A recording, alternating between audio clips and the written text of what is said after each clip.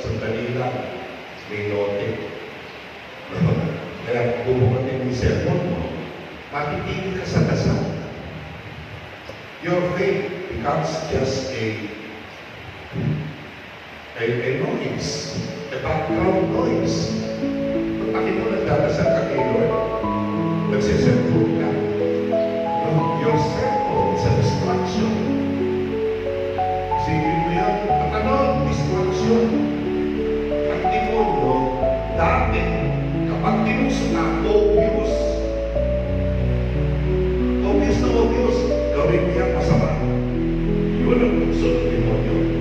But today, the devil is more sneaky. He is sneakier today.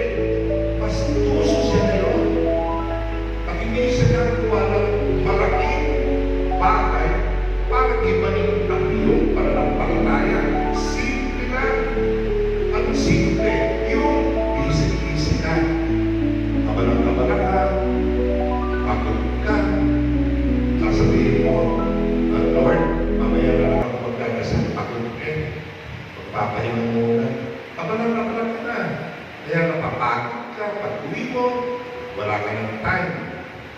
Hindi ka gigising ng isang umaga na you reject God. No! The devil will not do that to you. That you will wake up one morning you rejecting God. No. He will never take away your goodness. The devil will not take your belief in truth. The devil will not take away your faith. But the devil will tempt you